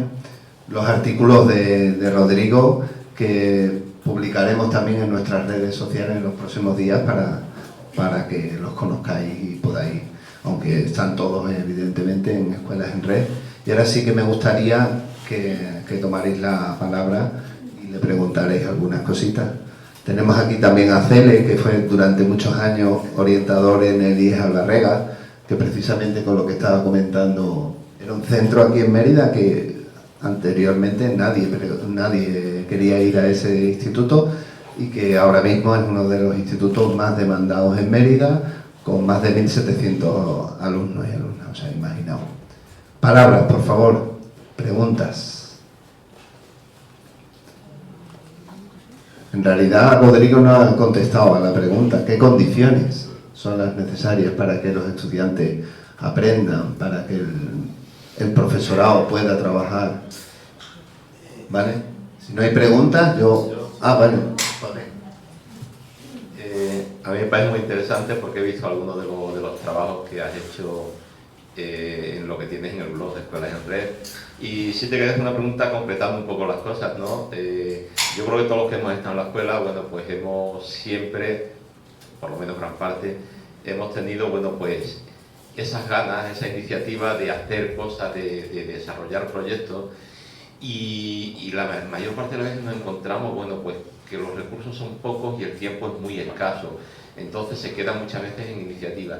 En cambio, la administración sí que aporta recursos para premios de innovación, para premios de otro tipo y tal, y que al final son proyectos que se quedan, bueno, pues en cuestiones teóricas que difícilmente en muchos casos realmente incluso se ha hecho realidad en la escuela. Entonces, bueno, pues desde lo que tú tienes y tal, un poco, bueno, pues cómo podemos valorar y mejorar estas cosas para que no nos quedemos en los intentos. Gracias, Cele. Yo creo que Ramón ha dado un par de claves, pero seguramente si nos entretenemos un poquito sobre ellas, el tema del cuidado, lo que pasa es que es una frase tan hecha que se cree uno que no quiere uno, yo no quiero utilizarlo, perdón, porque es que dice, bueno, ya estamos otra vez con el tema de cuidado y tal. El cuidado significa lo que decía, que el otro importa. Pero fijaros lo que significa eso, que el otro es importante y sin el otro no soy nadie. Bueno, hay que decir que yo soy reflejo del deseo de los demás. Fijaros, frente a esa idea del derecho de aprendizaje, voy al supermercado, cojo el derecho que más se acerca a lo que mi familia o yo considera para ver si tengo... la posible elemento diferenciador que me haga distinto y éxito en el mercado para competir con... Esto a medio plazo genera pues una sensación, ese narcisismo insatisfactorio que continuamente, como decía Ramón, los problemas de salud mental. Tú sabes que Byung-Chul Han habla de la sociedad o esa subjetividad del hombre de rendimiento, ¿no? La idea es que yo no necesito ningún capataz. Ese deseo del entorno por conseguir el éxito me exige, hago, le dedico tiempo, no tengo horario, respondo por teléfono, lo que quieras, pero yo tengo que tener éxito. Fijaros qué capataz más sencillo, no necesito a nadie que me empuje, me empujo a mí mismo y me genero esa insatisfacción constante. Esa situación me conduce en muchos casos a un problema de salud mental, o sea, estamos generando gente enferma. Bien. Quizás me he desviado de la pregunta de Cero. Decía, mi experiencia, yo por suerte he estado en un centro de formación en la Comunidad de Madrid cuyo objetivo era, bueno, entre los muchos objetivos era un centro en crisis, y decía, ¡socorro! Y de pronto, bajo una cierta idea de espejismo, se llamaba a un experto, entre comillas, para que le sacara de la situación. Mi idea es que nadie va a sacar de la situación a una institución que demuestra en su malestar que aquello no es un lugar donde se quiera estar, sino donde se quiera huir. Docentes, estudiantes, familias y tal. ¿Cuál era la secuencia que algunos, después de un proceso largo que tuvimos de formación, poníamos en juego? Primero, es verdad que tenéis un problema. Es verdad que tenemos un problema en la medida que yo voy a participar con vosotros en este problema. Bien, ¿eso qué malestar causa? Y hay un momento con el centro, el departamento didáctico, el que en principio aparece como más preocupado, angustiado o más necesitado, o que plantea ese requerimiento de ayuda. Y ahí empieza a ponerse de manifiesto auténticos malestares, que eso significa una energía en ciernes. Es decir, si tú encuentras malestar, es que seguramente hay un deseo de que salir de ese malestar. Entonces, a partir de reconocer que tenemos un malestar y lo identificamos en comportamientos, o bien del compañero, del docente, del estudiante y tal, es fácil buscar algún elemento que por su facilidad, entre comillas, de abordaje, podríamos permitirnos iniciar a hacer algo al respecto. No el que es más importante, el más relevante, el causal, el origen de las cosas, sino aquella iniciativa que en principio, al parecer, podríamos, sin demasiada energía, podríamos ponerla en marcha para que podamos luego compartir y ver que vamos pegando un pequeño saltito. Después de ese trabajo y de un digamos, un cierto acuerdo de cuál puede ser la medida, pues a continuación decíamos, ¿y qué dicen el resto de compañeros, de centros, la literatura científica y tal al respecto? ¿Cómo han abordado esto? Y teníamos ciertos procesos de reflexión, recogiendo información, como la había abordado el centro, invitábamos a mí a un compañero, entre nosotros empezamos a buscar experiencias que habíamos tenido en otros centros, cogíamos y leímos un par de artículos y empezábamos a hilar algunos elementos que había que tocar. Una vez que aislábamos algunos elementos, trabajando con un grupo determinado, ya te digo, un departamento didáctico y tal, cada vez que dábamos un pasito, invitábamos al resto de departamentos, que venían unos cuantos, a contarles qué estábamos haciendo y cómo lo estábamos haciendo. Algunos se incorporaban al grupo aunque no eran del departamento. A partir de encontrar algunas vías de trabajo, nos entrenábamos, ensayábamos entre nosotros cómo ponerla en el trabajo de aula, cómo trabajarla. Y entre todos había un grado ya de confianza. Ensayábamos y escogíamos las aportaciones que daban al resto. Pero es que a su vez se llevaba al aula y había un par de compañeros que estando en el aula, luego le explicaban al resto del grupo cómo lo había hecho. Y el que lo había hecho le contaba al resto por qué había hecho lo que había hecho.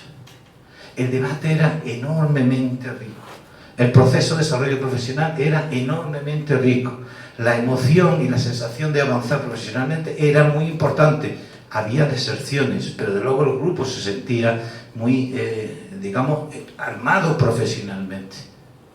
Una vez visto que esa propuesta, iniciativa empezaba a funcionar, se contaba al resto de los departamentos y se sometía a debate, análisis y tal. Y en la medida que eso funcionaba, pues en los documentos del centro, en la planificación del departamento, en el proyecto, se incorporaba como un elemento de mejora, un elemento de orgullo de un grupo de trabajo que había conseguido un paso determinante, como que los patios eran un lugar razonable de convivencia y donde solamente había cemento, pues empezaba a haber alguna que otra jardinera, y había una serie de compañeros de ayuda que se dedicaban a la acogida de los nuevos estudiantes, como una medida sencillita para promover una mejor convivencia. Pero fíjate el proceso de desarrollo sistemático, riguroso, un paso para adelante, dos para el medio y otro para atrás, que íbamos promoviendo.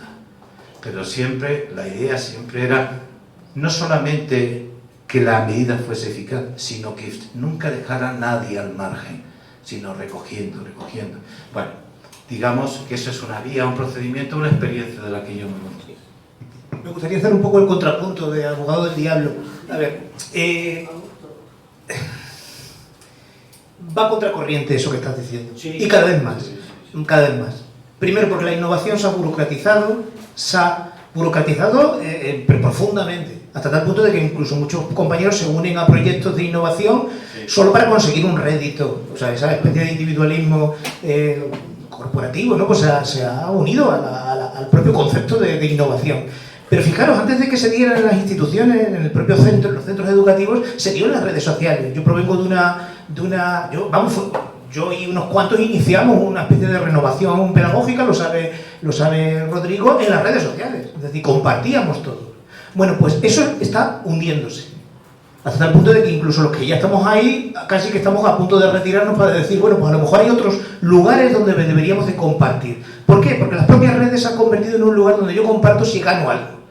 ¿Vale? El gurú o el profesor que comparte algo porque le han dado los créditos de no sé qué. O sea que, fijaros que incluso ese pensamiento individualista, dominador, crematístico de la propia innovación ha llegado al profesorado. Ha llegado al profesor y ha llegado a los centros, ¿eh? Por otro lado, hay otra cosa muy importante. Hay una escritora que se llama Remedios Zafra, que tiene un libro muy interesante que se llama El entusiasmo. Sí. En el entusiasmo ella habla del profesional entusiasta.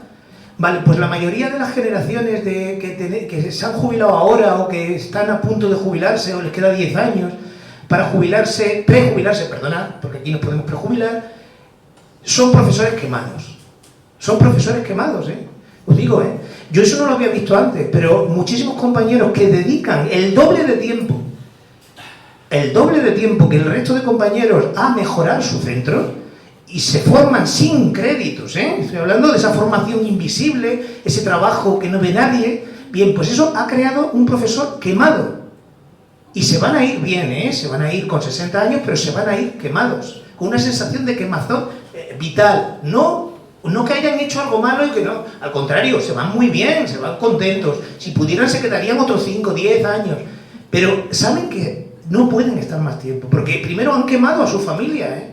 Eso son horas que le has restado a tu familia, que le has restado mucho tiempo de atrás. Entonces, ese tipo de profesorado voluntarioso, pero quemado, y que no sabe que todo lo que ha podido hacer lo ha arañado a base de voluntad compartida o individual, ¿sabes? Que no lo ha hecho porque lo beneficiara la coyuntura, el dinero que le diera la administración, etc. Ha merecido la pena, pero lo ha quemado, ¿vale? Eso es lo primero. Y eso es un movimiento en aumento. Es decir, yo no tengo ninguna confianza de que eso vaya a mejorar, va a empeorar. Porque la educación se ha burocratizado y porque ahora mismo la educación pública depende de organismos que no son educativos, que incluso están subvencionados por empresas que no son educativas y provienen de la Unión Europea, son públicas, públicas internacionales. Entonces, ¿qué sucede? Que al final la innovación, el cambio, ¿vale? Ahí habrá dos tipos de cambio. Uno, el burocrático, el público, el de relumbrón, y luego estará lo que el profesor hace invisiblemente con otros o él solo en su aula. Y eso es el capital que tenemos que ir construyendo, pero es invisible, es totalmente invisible y tenemos que confiar en él. Es muy difícil confiar en lo invisible, ¿eh? Pero eso es lo verdaderamente lo que va a hacer que dentro de 10 años, 20 años, la escuela pública pueda sobrevivir. Una postilla, yo ahora de abogado del diablo de Ramón, quiero decir, ha dado la clave. Ese es un sector residual. Estamos hablando de que la escuela pública hoy día es un sector residual. La escuela pública no es el referente, no es el dominante en el sentido común de la ciudadanía, no. Ni en el sentido común de los colectivos docentes, no. Pero estamos diciendo que si perdemos esa posibilidad de esos grupos que siguen insistiendo en esa convicción que va más allá de su profesionalidad, sino de la convicción de que tiene que asentar determinadas prácticas de convivencia ciudadana, de esperanza en el futuro, de deseo de justicia, puede haber algunos, a lo mejor algún loco como yo, que 11 años escriba solo experiencias de estas y cada semana salga en un periódico como El País. Y no es que sea un ejemplo, es que hay mucha gente, también en las redes, tú lo sabes, aún sabiendo todo el deterioro de esas redes, que sigue insistiendo. Es la única esperanza. Y estoy con la idea de que hay un artículo, me acuerdo de una compañera que se llama El síndrome de Nick Carter. Nick Carter parece ser que es el cantante más exitoso de los Backstreet Boys. Y este cantante parece ser que tiene un club de fans en su momento que era enorme.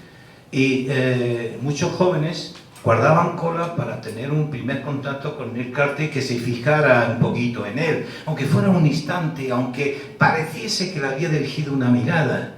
Y muchos docentes se está en las redes sociales haciendo experiencias y tal, a ver si alguien se fija en la mirada y encuentra un cierto reconocimiento en esta miseria que tiene y satisface ese narcisismo ante una realidad que no la encuentra también esperanzada. Es decir, que estoy de acuerdo contigo en esa situación de búsqueda incluso del éxito personal, del oportunismo, ¿no?, del sacrificio denodado a tener un espacio de mirada, un cierto reconocimiento que en este espacio de redes se fomenta, por desgracia, mucho, y que al mismo tiempo es conseguir un minuto de gloria.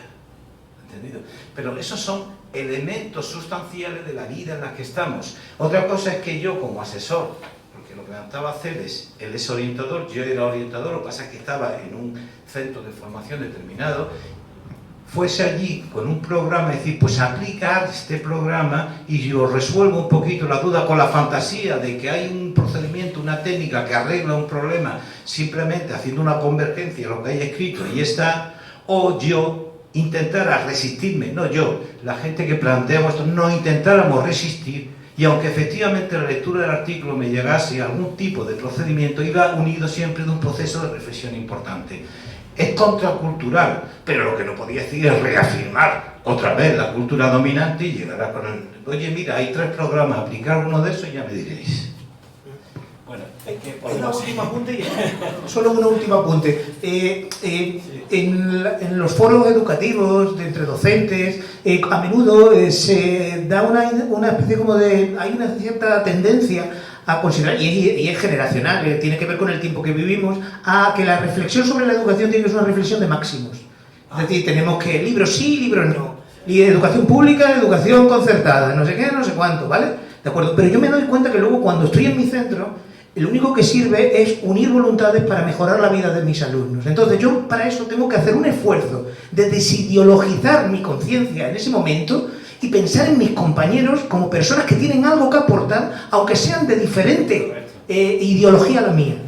¿Por qué? Porque todas las distopías sociales de las que has estado hablando no son ideológicas, son sociales y económicas, O sea, afectan tanto al votante de Podemos, que al votante de socialista, que al votante neoliberal o de Vox. Os lo digo, ese es el problema. Entonces tenemos que hacer un análisis emocional, un análisis social compartido, en el que verdaderamente volvamos otra vez a crear redes emocionales, donde lo que importen son las personas, ¿vale? Independientemente del discurso de máximos que se está generando en todos los foros educativos. Y para eso tenemos que hacer mordernos la lengua, la tenemos que morder. ¿Por qué? Por el beneficio, primero por la salud, cuidar al compañero que piensa diferente a mí, que a lo mejor él tiene una realidad también dura, ¿vale? Aunque piense, esté en las antípodas mías, verlo como una persona, no como el votante de Vox. Sí. Cuidado, eso es muy importante, porque si no caemos en un problema gordísimo y nunca vamos a poder construir esa escuela inclusiva. Bueno, muchísimas gracias a los dos. Yo ya voy a cortar el debate porque nos acercamos peligrosamente a las 2 horas y yo creo que ha sido... Tendremos que hacer una segunda edición de este encuentro entre Ramón y Rodrigo. Quiero agradecerle en primer lugar a Rodrigo que haya venido, a Carolina también acompañándole y a Ramón que otra vez ha estado aquí con nosotros, a todas vosotras por estar aquí. Y yo vuelvo al principio. Ese mercado del que hablaba al principio, ¿no? Lo que hemos intentado aquí modestamente esta noche es simplemente que decir que la escuela pública existe, que la innovación también está en la escuela pública y poner en valor todos esos centros y todos esos profesionales que están trabajando cada día por una educación pública mejor. Nada más, muchísimas gracias y nos vemos pronto.